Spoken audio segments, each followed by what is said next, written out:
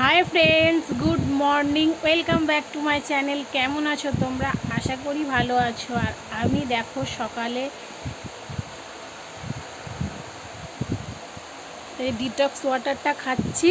এটা ওয়েট লসের জন্য, তোমরাও খেতে পারো। এটা চিয়া সিডের ডিটক্স ওয়াটার। চলো আজকে একটু অন্যভাবে বানিয়েছি, তোমরা দেখতে থাকো। চলো আরও অনেক কিছু আছে, শেয়ার করব, পাশে থেকো।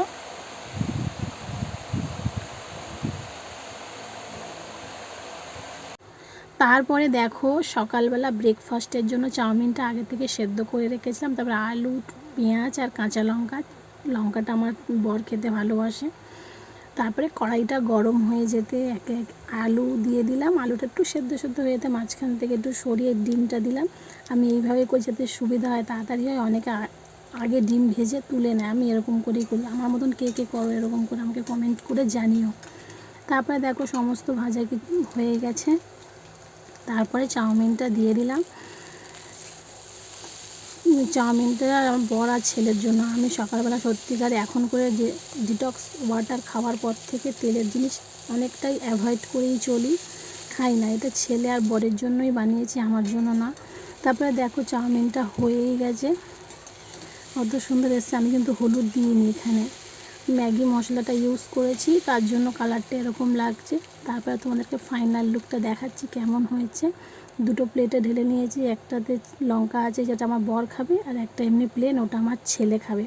তো চলো টিফিন হয়ে যাওয়ার পরে তারপরে দেখো এখানে শাক ভাজা করবো বলে লঙ্কা, পেঁয়াজ, রসুন একটু দিয়ে দিলাম। এটা কী শাক বলো তো? এটা হচ্ছে নোটে শাক, সাদা নোটে। অনেকে ভাবছে কলমি শাক, এটা কলমি শাক না, এটা হচ্ছে নোটে শাক। শাক ভাজা খেতে আমার খুবই ভালো লাগে, মানে যে কোনো শাক ভাজাটা খুবই ভালো লাগে। তো একটু শাক ভাজাও করে নিলাম। আজকে কী কী রান্না করছি তোমাদের সঙ্গে দেখাচ্ছি পুরো, চলো দেখো। তবে শাক ভাজাটা হয়ে নাড়তে একদম অল্প হয়ে গেছে। দেখো শাক ভাজাটা হয়ে যাওয়ার পরে